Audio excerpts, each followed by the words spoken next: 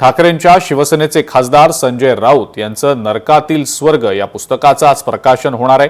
संजय राऊत यांनी रवींद्र वायकर यांच्याबाबत एक गौप्यस्फोट यामध्ये केलेला आहे। रवींद्र वायकर आणि त्यांचं कुटुंब मातोश्रीवर येऊन रडलं असा राऊतांचा दावा आहे।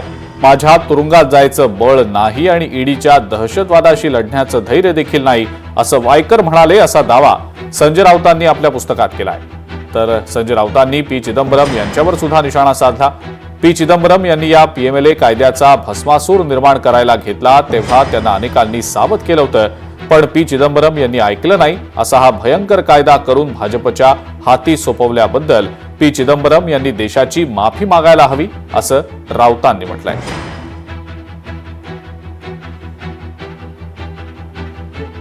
आपल्या या पुस्तकामध्ये काय नेमकं म्हटलंय वायकर कुटुंब आणि पी चिदंबरम यांच्याविषयी राऊतांनी आपण त्याचा आढावा घेऊया।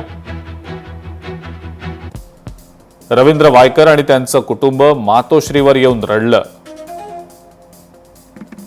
माझ्या तुरुंगात जायचं बळ नाही आणि ईडीच्या दहशतवादाशी लढण्याचं धैर्य देखील नाही असं वायकर म्हणाले।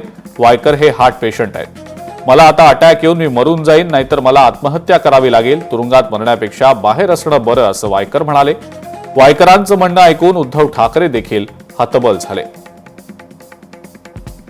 अखेर वायकर शिंदेंसोबत गेले आणि त्याच क्षणी त्यांच्यावरील सर्व गुन्हे मागे घेतले गेले। याचा अर्थ वायकरांवरील गुन्हे खोटे होते। तर पी चिदंबरम यांच्याविषयी नेमकं काय म्हटलंय आपण पाहूया। पी चिदंबरम यांनी या पीएमएलए कायद्याचा भस्मासूर निर्माण करायला घेतला तेव्हा त्यांना अनेकांनी सावध केलं होतं।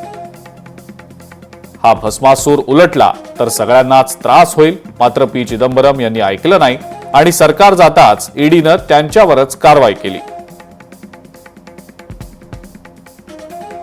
देशाच्या माजी गृहमंत्र्यांना अटकेच्या भीतीनं फरार व्हावं लागलं। नंतर ते प्रकट झाले तेव्हा ईडीची पथकं दिल्लीतल्या त्यांच्या घरात कंपाऊंड वॉलवरून उड्या मारून आत घुसली आणि चिदंबरम यांना अटक करून घेऊन गेली। भाजपच्या ताब्यामध्ये ईडी येताच त्यांनी त्या यंत्रणेचा वापर अल कायदा या दहशतवादी संघटनेसारखा केला।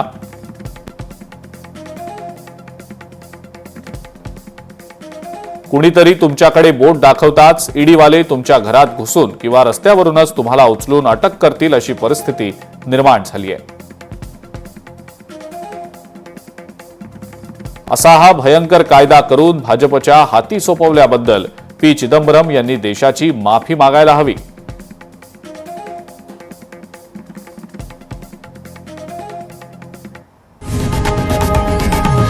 लोकशाही मराठी ऐका, पहा, जागरूक रहा।